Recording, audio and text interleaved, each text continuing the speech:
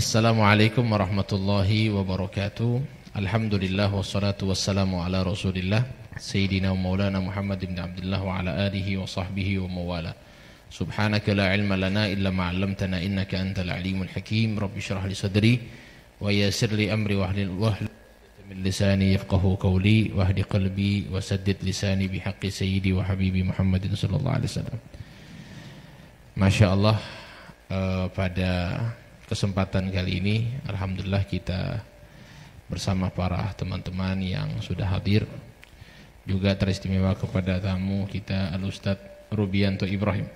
Masya Allah, gimana kabar Ustadz? Sehat? Alhamdulillah. Alhamdulillah sehat afiat. Alhamdulillah, beliau ini adalah da'i, muballigh, ya, muallim, tokoh yang ada di Gorontalo, yang mungkin bisa dikatakan dulunya ya agak sedikit keras. Iya, betul. Tapi ya, insya Allah alhamdulillah sekarang sudah mulai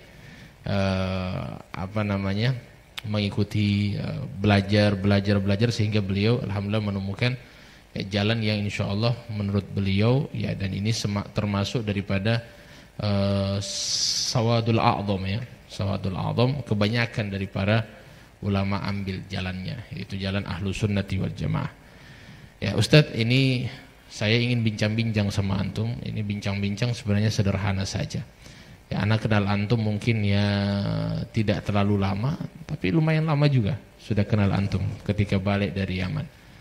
Nah, ini insya Allah saya ingin banyak bertanya. Dulunya antum ini bukan termasuk dari kelompok ahlu sunnah wal jamaah. Dulu kan antum termasuk dari salafi ya. Betul, iya. Ya, salafi. Salafi. Ya. Ustadz, kira-kira antum pertama dulu antum berapa lama di salafi itu? Kalau saya di salafi itu sejak dari SMEA, SMK Negeri 1. Saya waktu itu kelas 3 SMEA, itu saya bergabung dengan mereka, ikut kajian, sudah mulai hafal juz 30. Setelah itu hampir saya tidak lulus di SMEA itu, karena sudah mulai fokus di pembelajaran mereka. Jadi dari SMEA tahun 98 ya, 98 sampai 2008. Ya. Ustadz, apakah dari pemahaman salafi itu, ini menurut antum ya, apakah ini cikal bakal mungkin bisa membahayakan Indonesia sendiri? Kalau kita melihat bahwa salafi ini dia membahayakan karena menolak beberapa ajaran atau beberapa aturan di Indonesia. Nah, saya contohkan misalnya mereka tidak mau hormat bendera. Antum dulu berarti tidak hormat bendera ya? Ya. Dulu tidak hormat tidak bendera. Hormat bendera. Karena itu dianggap itu togut. Nah, apa itu togut itu apa? Togut itu hukum selain hukum Allah. Karena orang-orang ini kan sering bilang togut. Jadi togut ini hukum selain dari hukum Allah. Hukum Allah. Jadi kalau hormat bendera itu termasuk togut berarti? Iya, jadi mereka menganggap begini, kalau hormat bendera itu sama dengan menyembah merah putih itu. Oh begitu. Jadi sehingga kalau hormat bendera sama dengan menyembah. Jadi karena sama dengan beribadah. Berarti sama dengan beribadah kepada selain Allah. Masya Allah. Nah, jadi sehingga memang tidak bisa hormat bendera. Iya, jadi mungkin togut juga bisa dikatakan orang yang misalnya pimpinan begitu ya, pimpinan kepada kemudian mengambil keputusan selain keputusan yang ada di selain dari hukum Allah mungkin. Hukum Allah selain dari Al-Qur'an. Menurut mereka. Iya, menurut mereka, versi mereka. Iya. Padahal tidak demikian ya. Iya. Oke. Masya Allah. Dulu antum memang di salafi, apakah antum berorganisasi atau? Kan salafi ada dua, ada salafi yang tidak berorganisasi dan ada yang berorganisasi. Kalau saya di salafi yang tidak berorganisasi. Masya Allah. Ustadz, jadi kalau seandainya misalnya seperti kearifan lokal yang ada, bukan juga jadi pemahaman ahlu sunnah jamaah lah secara umum. Kan ada namanya, kita kan di Indonesia khususnya ada Maulid Nabi, ya, kemudian ada tahlilan. Apakah ini ditentang semuanya? Oh jelas, kalau itu jelas. Mereka menentang semua itu. Bahkan kalau misalnya Maulid Nabi, bayangkan orang kayak dengan antum majelis Rasulullah kan, Maulid Nabi, itu mereka anggap bahwa itu berlebihan kepada Nabi. dianggap gulu kepada Nabi. Ya, jadi kita cinta kepada Nabi. Orang kan buat Maulid Nabi itu kan saking ekspresi cinta. Ya, tapi mereka kalau mereka terlalu kaku, cinta mereka hanya ikut sunnah doang.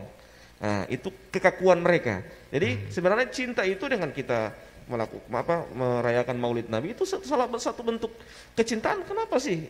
Bahkan ulama-ulama di Mesir saja, di Yaman, ya, mereka membaca kitab Syama'ilul Muhammadiyah satu malam full, ya, dengan teknis seperti sama dengan di Gorontalo, ya, ada di Kili, kan cuman teknisnya yang berbeda. Kalau di Mesir pakainya bahasa Arab, kita di Gorontalo pakai bahasa Gorontalo, ya, beda. Jadi cuman teknis saja. Tapi mereka malah membid'ahkan itu, ya. Mereka menganggap itu adalah hal-hal yang yang tidak ada dalam syariat Islam. Itu begitu juga tahlilan.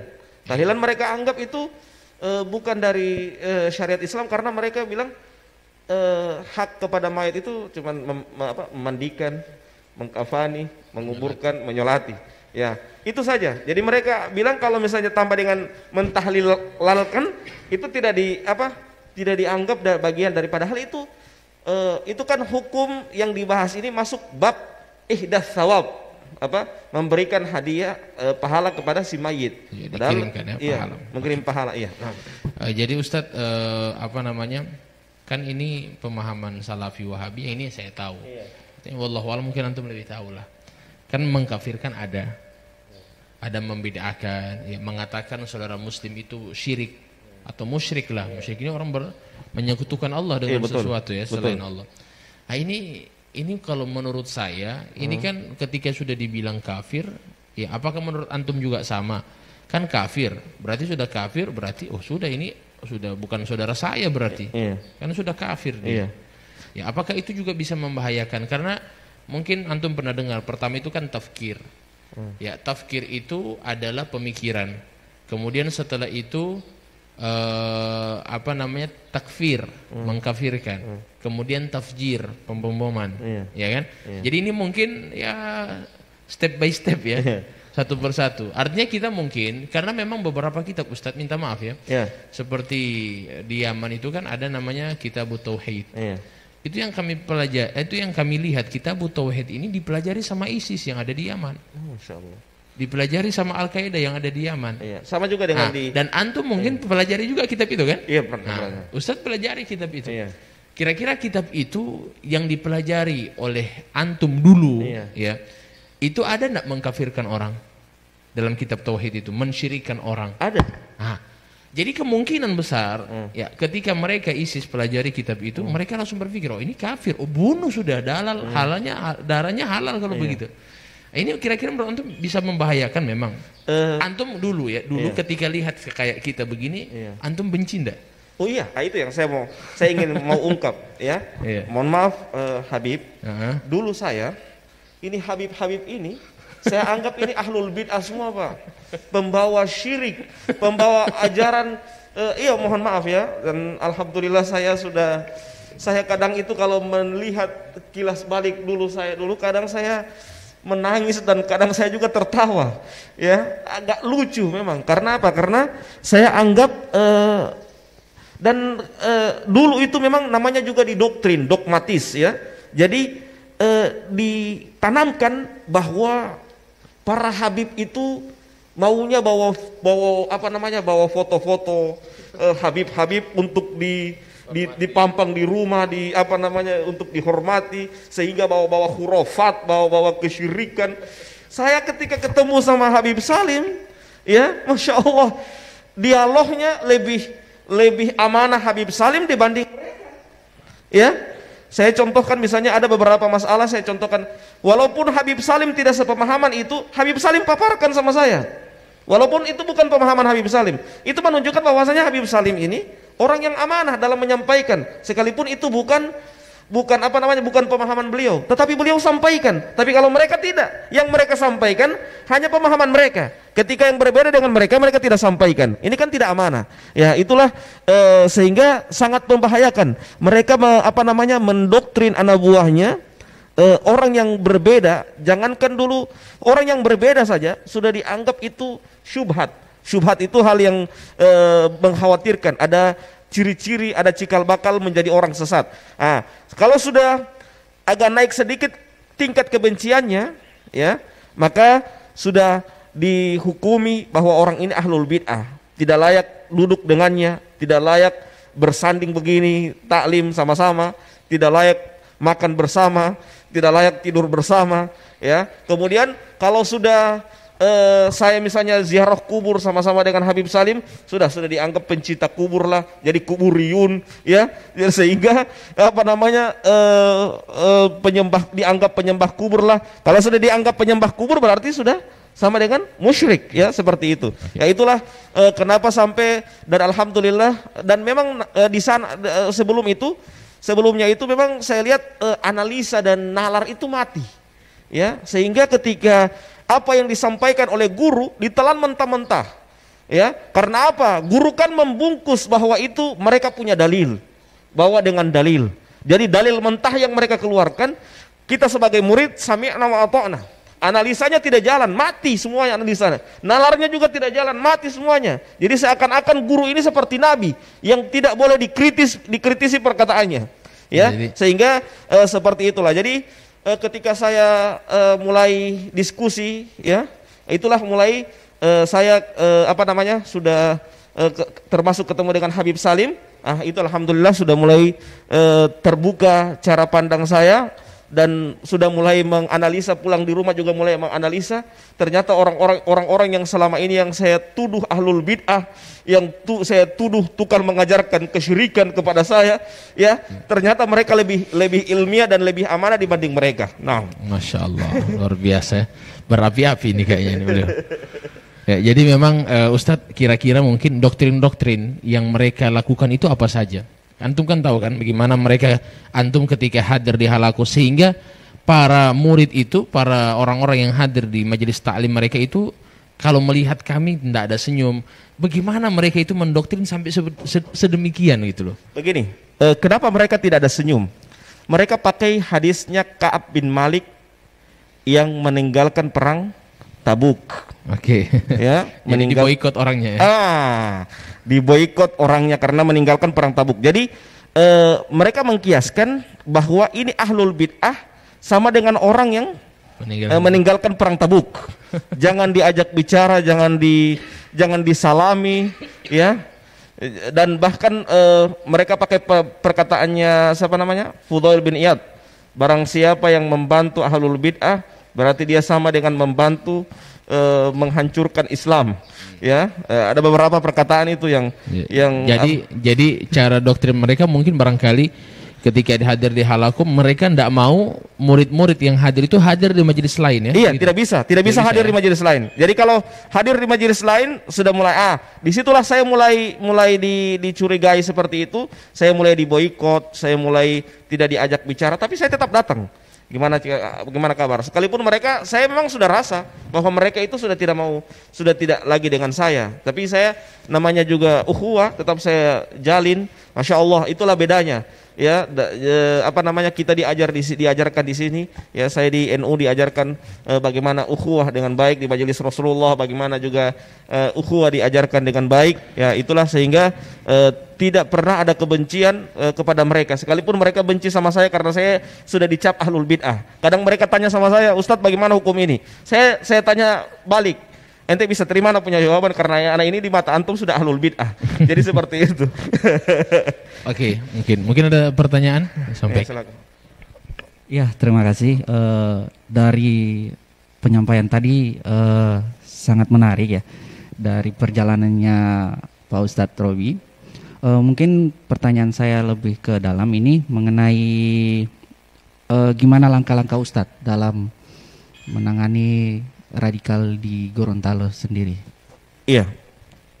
Kalau saya, saran saya, pertama, ustadz Nusantara semua harus turun. Jadi harus turun. Kayak di Jawa itu, ustadz Nusantara semua turun. Ya.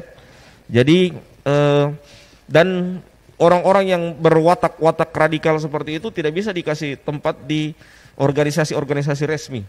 Ya, seperti MUI tidak boleh. Ya. Karena itu mereka jadikan tameng, ya, bahwa lihat, Anda tuduh saya sesat loh, tapi saya di MUI, berarti MUI itu Anda anggap sesat. ya. Jadi mereka bersembunyi di organisasi resmi seperti itu, sehingga mereka seakan-akan tidak dianggap sesat. Sehingga dan juga mereka sepak terjang mereka lebih leluasa untuk menyebarkan pemahaman mereka, dan mereka anggap itu adalah ajaran yang benar dan dipahamkan kepada masyarakat bahwa itu adalah ajaran yang benar. Padahal mereka secara step by step mereka mengajarkan kebencian kepada orang yang berbeda dengan mereka. Ya, jadi kalau orang yang berbeda dengan mereka, walaupun masih ada koridor macam kayak kita ikut mazhab Syafi'i, karena mereka mazhab Hambali, mereka tanamkan kebencian kepada murid-murid mereka untuk benci kepada kita.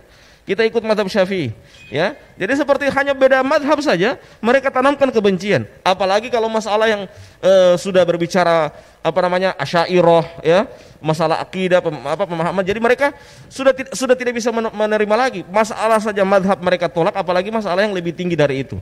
Jadi kalau saran saya pertama, ulama-ulama Nusantara harus gencar di berbagai macam lini, di media, kemudian juga di taklim harus juga rutin. Yang kedua, mereka jangan diberikan tempat untuk di organisasi resmi seperti itu.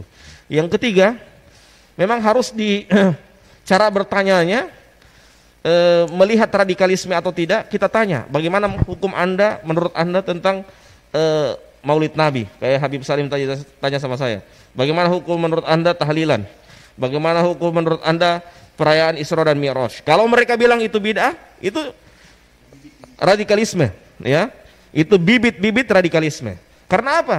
Ini kan sudah ajaran nasional. Maksudnya sudah seandainya itu salah, berarti presiden berbuat kesalahan loh. Berarti seandainya itu salah, semua orang yang melakukan itu semua dianggap salah semua, ya. Karena merayakan hal seperti ini, ya.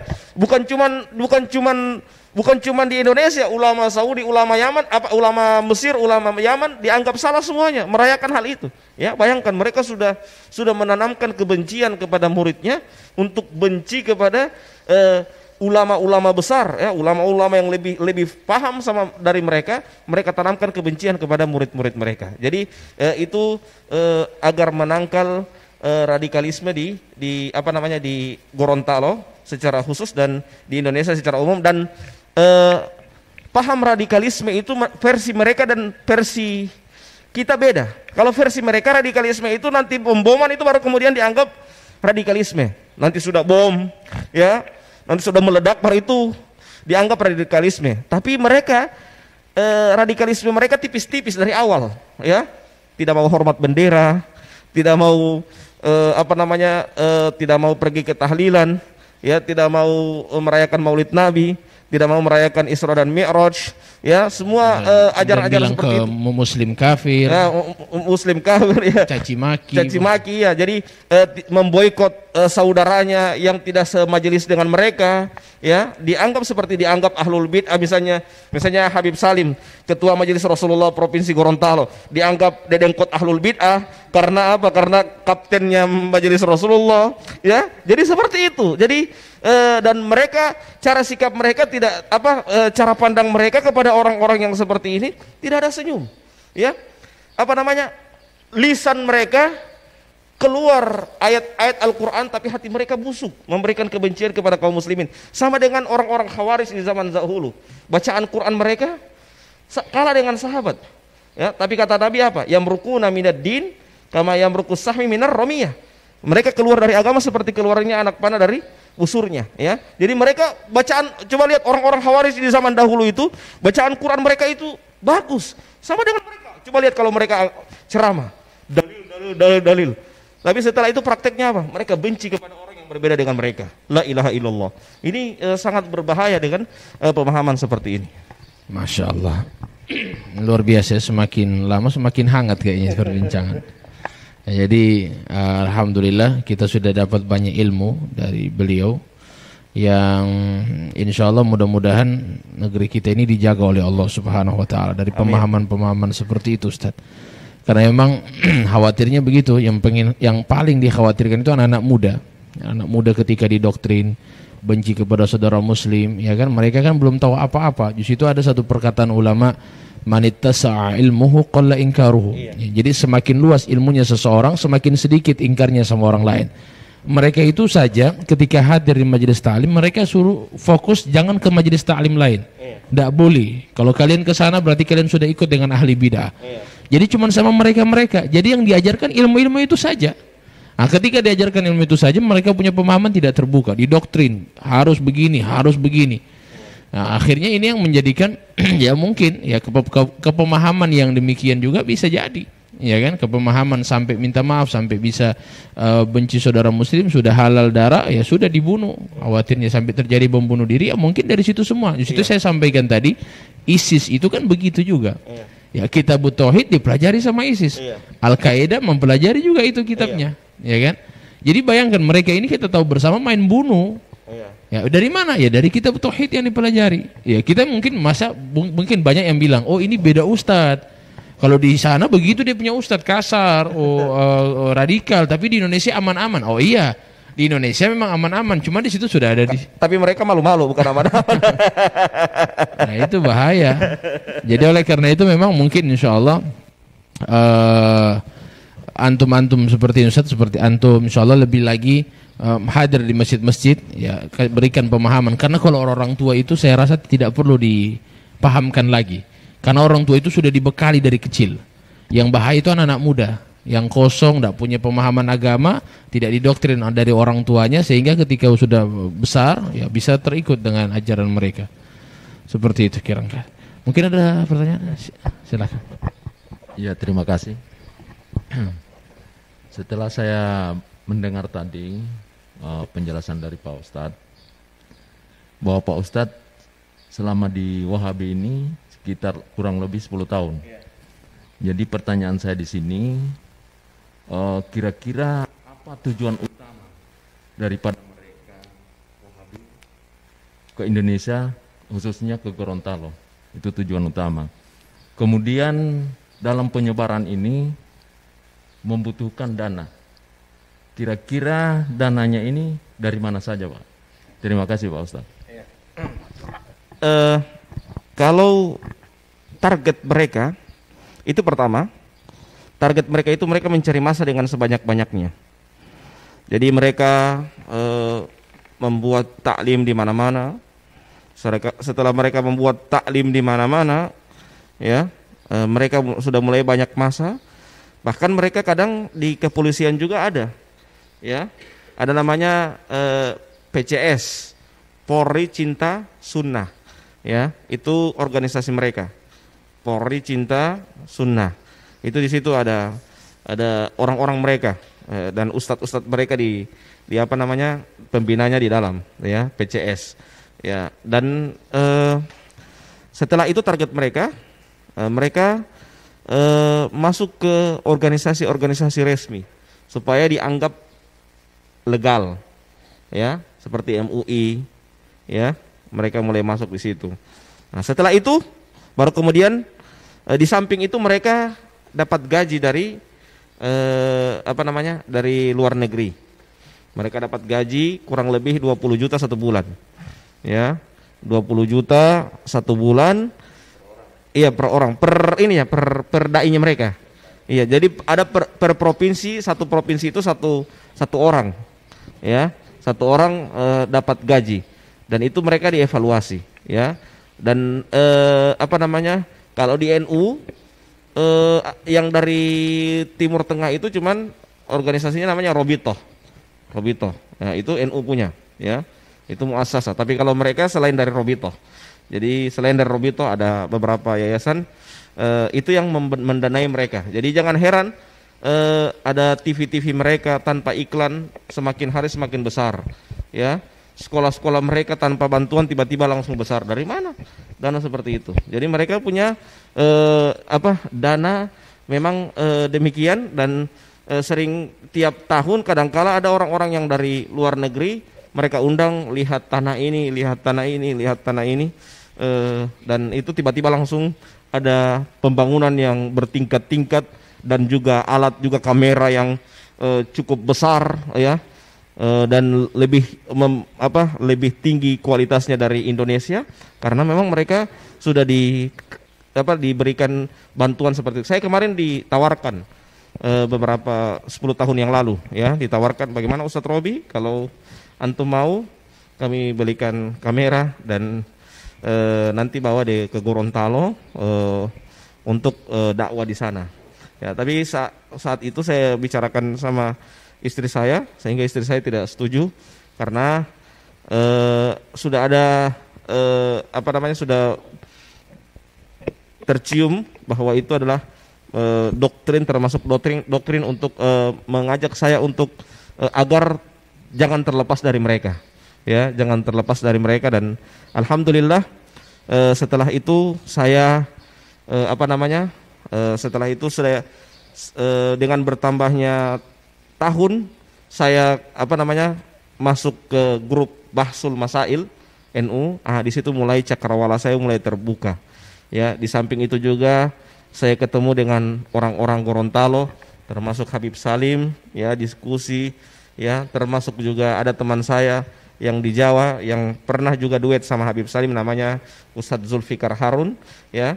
Itu diskusi, itu kalau dengan Zulfikar Harun sampai panas telinga saya, diskusi lewat telepon 2 jam masalah itu, ya, 2 jam sampai panas telinga saya diskusi masalah ini, ya. Dan alhamdulillah lewat itu mulai saya terbuka cakrawala saya. Dan kenapa sampai saya harus langsung tegas untuk keluar, beberapa hal yang saya dapatkan itu suatu kerancuan. Di antaranya mereka memalsukan beberapa kitab.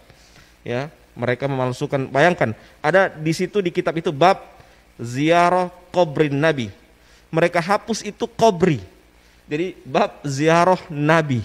Ya, jadi dipalsukan kitabnya sampai demikian. Bayangkan, ziarah kubur Nabi dihapus kubrinya, ya, cuman ziarah Nabi yang ditulis. Yang mulai dari situ saya mulai, Allah, berarti ada hal yang rancu ini. Yang kedua, mereka menanamkan kebencian yang tidak disukai oleh gurunya, bukan tidak disukai oleh syariat. Jadi gurunya, kayak orang-orang munafik yang kata Allah dalam Al-Quran, yastakhfuna minan nas wala yastakhfuna minallah.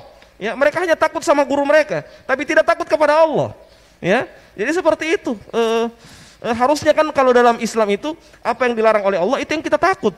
Jangan malah justru takut kepada manusia dalam artian hanya takut sama guru mereka. Jadi siapa, misalnya saya sebagai guru, saya marah sama si A, semua murid-muridnya harus marah sama si A. Seperti ini misalnya Habib Salim, dulu saya anggap misalnya didoktrin ke saya bahwa Habib itu ahlul bid'ah, dedengkot ahlul bid'ah. Saya harus benci sama Habib Salim. Kalau tidak benci, berarti saya juga dikhawatirkan kena syubhat dari Habib Salim dan jadi ahlul bid'ah juga. Jadi ditanamkan kebencian seperti itu kepada murid-muridnya agar membenci apa yang dibenci oleh gurunya. Ini sangat berbahaya sekali pemahaman-pemahaman seperti ini. Nah. Ya, luar biasa ya, sudah insyaallah. Mudah-mudahan perbincangan kita ini sebenarnya masih banyak Ustadz ya. Hanya saja intinya memang semuanya yang antum sampaikan tadi insyaallah bisa kita fahami. Ya, ternyata memang pemahaman yang benar adalah yang menjadi sawadul a'zam. Ya, sawadul a'zam ini mayoritas. Karena kata Nabi SAW, la tajtami'u ummati ala dhalal. Tidak mungkin umatnya Nabi Muhammad itu berkumpul dalam kesesatan. Ya, kita kan mayoritas, jadi tidak mungkin umat Nabi itu mayoritas kemudian sesat, tidak mungkin. Ya, kita kan alhamdulillah mayoritas. Jadi insya Allah kita tidak bertentangan dengan Nabi. Ya, kalau seandainya mereka katakan kita sesat, berarti mana yang betul? Nabi atau ente? Iya kan? Nabi atau kamu yang benar? Jadi antara dua saja. Kalau bukan Nabi yang salah, ente benar, atau ente yang salah, Nabi benar. Cuma dua itu saja. Karena tidak mungkin dua-dua benar. Iya kan? Nah, maka oleh karena itu insya Allah mudah-mudahan ini membuka pemahaman kita, dan insya Allah dakwah-dakwah seperti ini yang harus kita sampaikan kepada para pemuda. Dan insya Allah kita tetap juga memiliki teknik-teknik ya masing-masing. Misalnya Ustadz Robi punya cara dakwah seperti itu, dan memang langsung menyerang kepada mereka supaya mereka sadar. Ya, mungkin juga dari saya mungkin ada teknik sendiri dalam berdakwah kepada mereka, dan insya Allah mudah-mudahan semuanya saling mengisilah satu sama lain. Dan insya Allah mudah-mudahan semua para pemuda akan kembali ke manhaj yang benar, manhaj ahlus sunnati wal jamaah yang dibawa oleh para ulama kita. Amin ya rabbal alamin. Terima kasih banyak atas kehadirannya dari bapak-bapak juga yang sudah bertanya, dari Ustadz wabil khusus yang sudah datang jauh-jauh dari Bualemo. Ya, alhamdulillah bisa sama-sama meluangkan waktunya bersama kita. Ya, terima kasih banyak dan mudah-mudahan barokah dan manfaat. Billahi taufiq wal hidayah. Assalamualaikum warahmatullahi wabarakatuh. Waalaikumsalam warahmatullahi wabarakatuh.